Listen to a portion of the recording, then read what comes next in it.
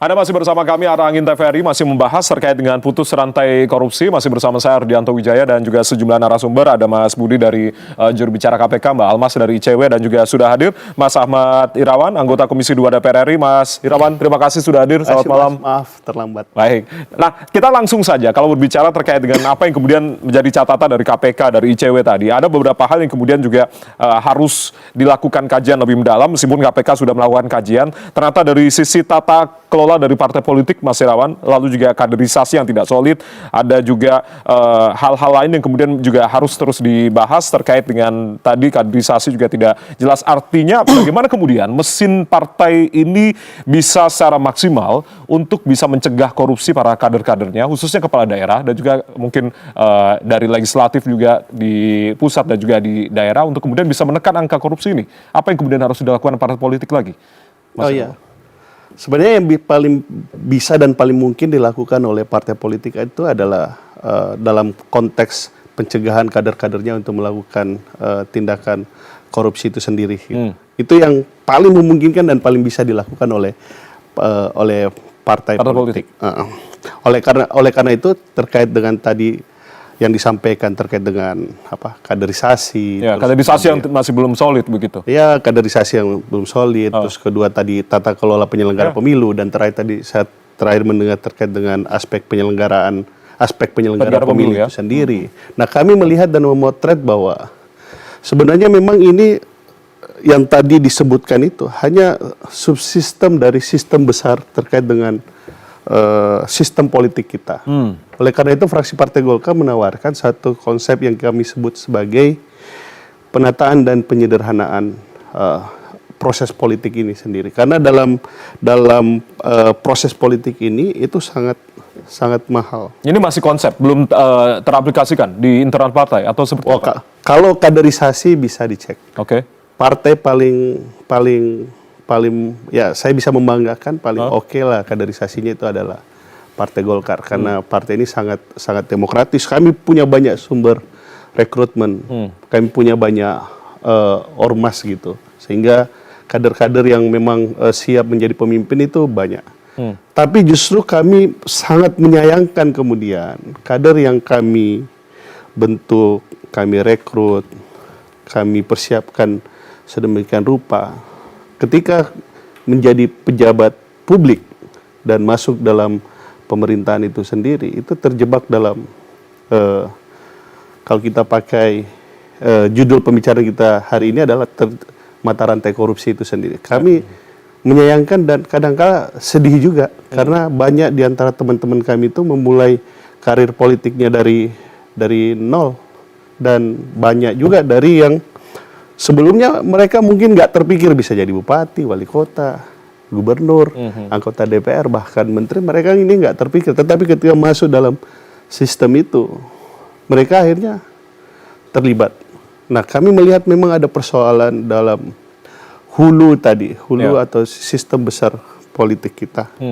Kalau kita bicara konteks pileg dan pilpres, kita masih melihat bahwa menjadi DPR, menjadi presiden, wakil presiden, biayanya sangat mahal.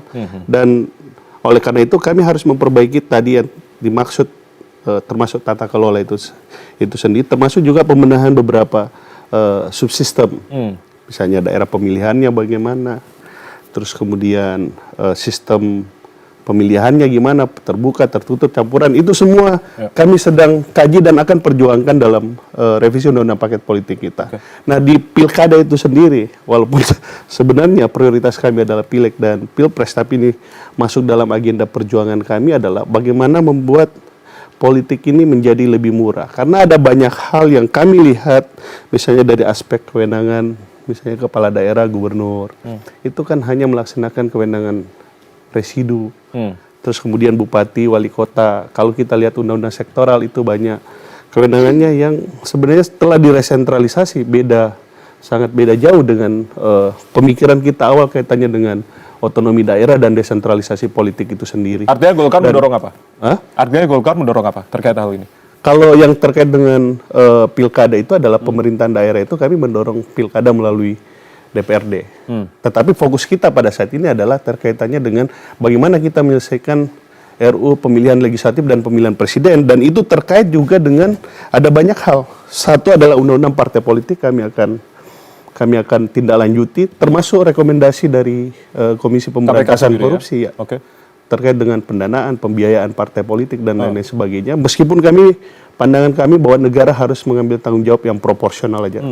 Tidak semua dari proses politik itu harus dibiayai oleh negara, gitu. Terus kemudian undang-undang pemilunya, undang-undang penyelenggara pemilunya dan lain-lain. Jadi kita harus membedakan atau membicarakan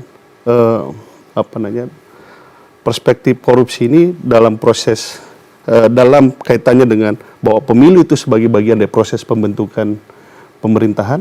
Yang kedua, setelah ada hasil pemilu, baru kita bicara terkait dengan pemerintahan itu sendiri. Dan saya kira Mbak Almas dan Mas Jubir lebih paham kenapa korupsi itu terjadi. Tetapi kami sebagai pelaku dari politik ini sendiri yang mengikuti pemilu, kami ingin mengatakan bahwa yang kami lewati itu adalah proses yang yang sangat complicated, sangat complicated, dan kami ingin ingin meyakinkan publik bahwa elit-elit partai politik ingin berubah agar kemudian kita tidak hanya terjebak dalam proses yang rumit ini, tetapi di ujung hasil dari pembentukan pemerintahan itu program dan kualitas pemerintahan itu kurang baik. Padahal yang penting kan intinya di situ, pemerintahan yang dihasilkan. Pemerintahan yang dihasilkan itu menjadi inti. Kemudian ada komitmen yang sangat luar biasa begitu tadi Mas Budi dikatakan dari elit-elit partai politik. Tapi kemudian yang tentunya masih menjadi PR tadi kaderisasi itu juga diakui begitu. Tapi hal-hal yang kemudian juga masih menjadi PR, pembenahan sistem pendanaan partai politik yang transparan, akuntabel itu juga menjadi agenda serius. Bagaimana kemudian kerjasama antara KPK dengan partai politik untuk kemudian melakukan pembenahan ini tadi, salah satunya agenda serius ini tadi? Ya, betul Mas Jaya. KPK sendiri selalu melibatkan kawan-kawan dari partai politik. Mas Irawan ini pasti juga sangat memahami. Dalam konteks upaya pendidikan anti korupsi, kami melakukan program namanya kita sebut politik cerdas berintegritas. Dan kami melihat juga komitmen tinggi para partai politik ini untuk menerapkan sistem integritas partai politik, SIPP. Di sana tidak hanya bicara soal transparansi, akuntabilitas, tapi juga soal kaderisasi. Dan semua partai politik komit dan mendukung KPK. Dan tentu kami sangat apresiasi dan terima kasih Mas Irawan dan kawan-kawan. Juga ketika KPK melakukan kajian, Mas Jaya, ini yang masih terus berlangsung. Kami juga didukung responden dari kawan-kawan di partai politik. Jadi memang betul-betul yang mengalami, seperti yang tadi Mas Irawan sampaikan ya, bagaimana dinamikanya, bagaimana kelak-keloknya, bagaimana rumitnya, itu semuanya disampaikan juga kepada kami di KPK. Sehingga nanti dalam kajian tersebut kita bisa memberikan resep yang relatif konkret ya, artinya memang diagnosanya ini objektif, karena betul-betul langsung dari pelaku gitu ya. Tentu tidak hanya dari kawan-kawan di partai politik, kami juga melibatkan kawan-kawan dari akademisi, kemudian pegiat anti korupsi, Mbak Almas, dan kawan-kawan dari TI misalnya, banyak kami libatkan. Memang untuk melihat persoalan, kita penting melihat dari dalam, tapi juga kita penting melihat dari perspektif luar, sehingga kita bisa melihat persoalan itu secara holistik. Tadi disampaikan politik itu ekosistemnya besar gitu kan, ini hanya subsistem saja.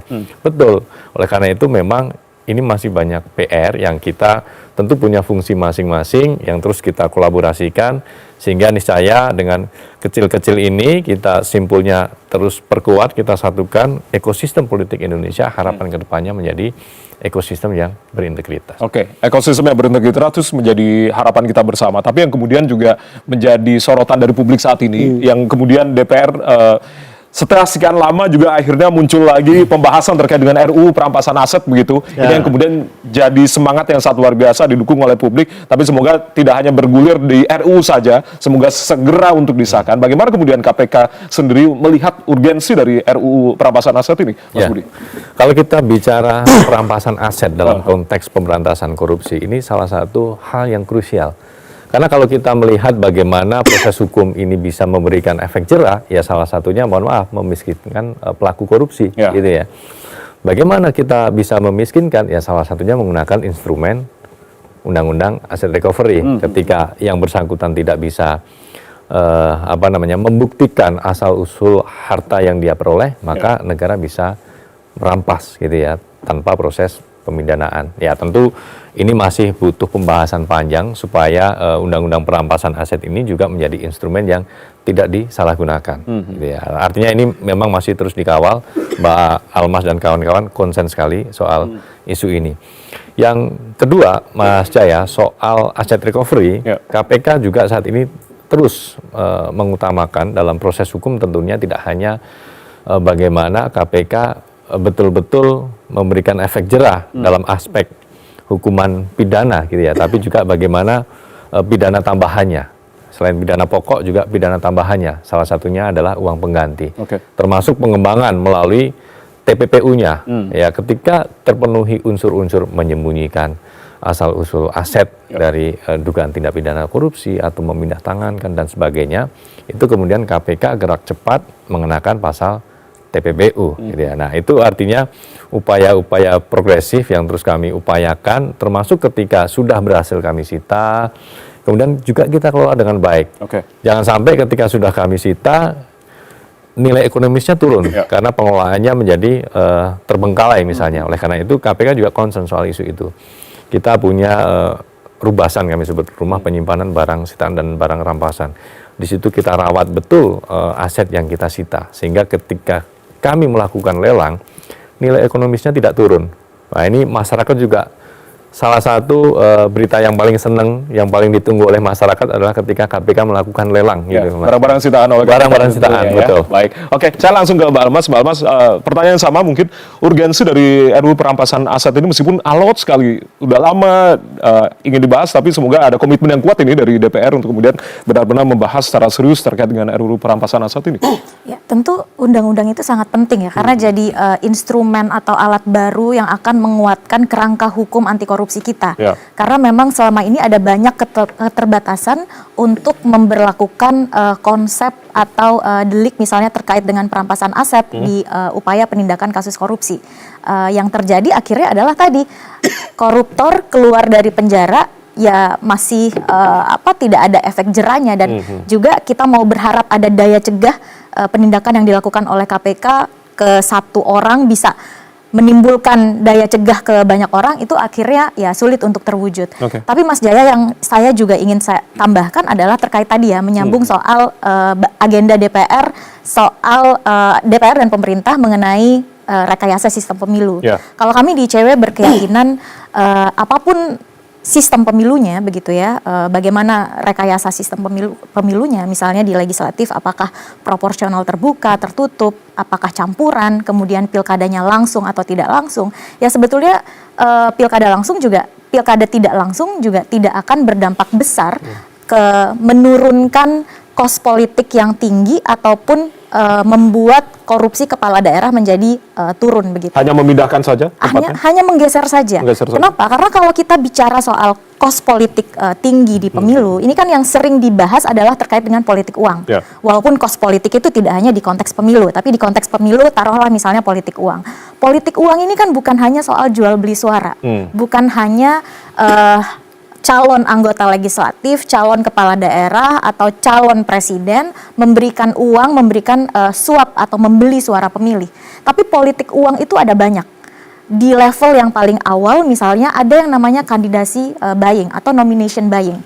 Di mana kalau kita kenal misalnya mahar politik atau uang perahu, di mana untuk mendapatkan tiket pencalonan dari partai politik, ada kalanya ya itu tidak bebas dari proses yang transaksional. Tidak selalu berdasarkan rekam jejak, berdasarkan kompetensi, berdasarkan dengan visi misi yang bagus. Tapi karena itu tadi, kepemilikan isi tas, bukan dari kualitasnya. Kemudian juga yang membuat mahal, ini politik uang di aspek suap penyelenggara pemilu. Sudah banyak sekali kasus yang diungkap oleh penegak hukum, termasuk KPK ya, di kasus terakhir KPU RI, salah satu komisionernya ditetapkan sebagai tersangka, sudah divonis. Penyelenggara pemilu kita juga tidak bersih dari politik uang gitu.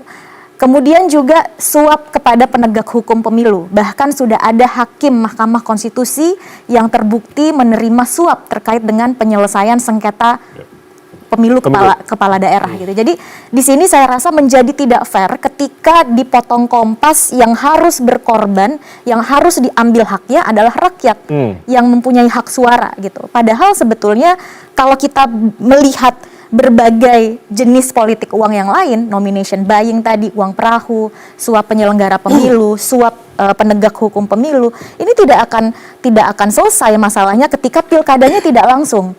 Karena tetap partai politik akan punya peran untuk mencalonkan calon kepala daerah yang memilih kemudian adalah DPRD, padahal kita tahu DPRD ini kan juga melewati proses pemilihan umum yang juga mahal, harganya kan juga nggak murah.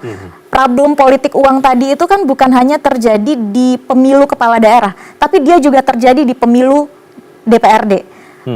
Angka korupsi DPRD juga tinggi. Jumlah tersangka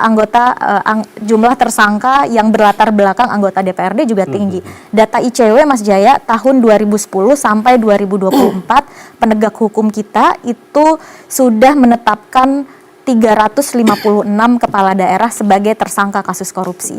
Di saat yang bersamaan, di tahun yang sama, 2010 sampai 2024, anggota DPRD yang ditetapkan sebagai tersangka ada 2 kali lipatnya. 2 kali lipatnya untuk anggota DPRD? Iya, ada 2 kali lipatnya. Jadi yang saya ingin sampaikan di sini adalah DPRD yang ingin diberikan atau dialihkan mandat suara rakyat ke DPRD, ini juga tidak bersih dari masalah itu tadi. Dia juga punya hutang politik yang tinggi dan sebagainya. Belum lagi kalau kita bicara bagaimana nanti kekacauan konsep relasi antara eksekutif dan legislatif daerah. Kalau kita mau bicara soal korupsi di level pemerintahan daerah, ini kan juga bicara soal bagaimana mekanisme check and balances ataupun pengawasan yang dijalankan oleh DPRD.